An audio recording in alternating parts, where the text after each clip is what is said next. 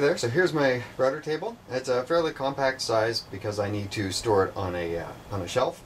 Melamine top lets me have a little, make my insert out of the same thickness of melamine, so I can replace this, and it has enough weight so it actually sits in there without any special little clamp mechanisms.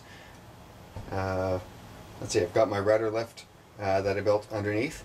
That is working okay. It does, when I've got a lot of a big swing in the humidity, it binds up that mechanism a little bit.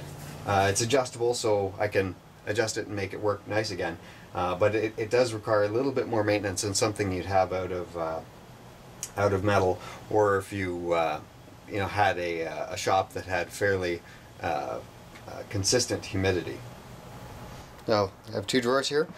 One drawer I have the tools for the router, so the collet wrench. I'm going to put the second collet in here, and I have the driver that I use to tighten up the fence.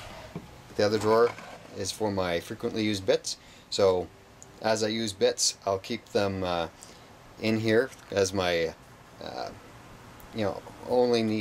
I only need to keep the bits that I use most frequently. So it's a 13-bit cache.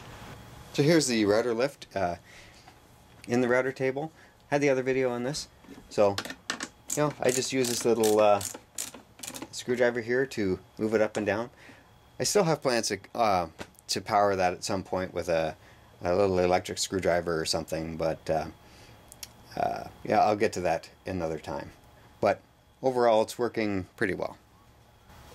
So here's the power switch I added for the router table. Just a regular switch. Used an extension cord basically, and I have the router plugged into it. I like the second switch out here because it's easier to turn off, and the second switch also lets me have both the router and a second switch off when I'm working with the router bed. I will be replacing it with the switch at some point, but for now that's working well. So the fence is pretty straightforward, just a plywood base with a plywood fence square, a couple of L brackets.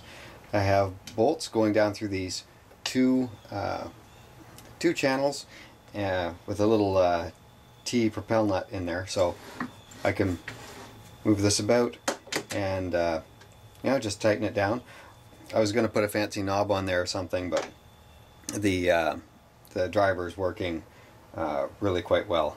On the front, I have a replaceable piece of melamine, so I can have various sized openings for the bits, or no openings, no openings at all. So here's the insert plate. Just move that back. At some point, I'll make I'll trim up the base and make a little insert plate that fits a little better. But as it is, I can move the router up in the lift, and I can access the collet from the top, and yeah, works really well.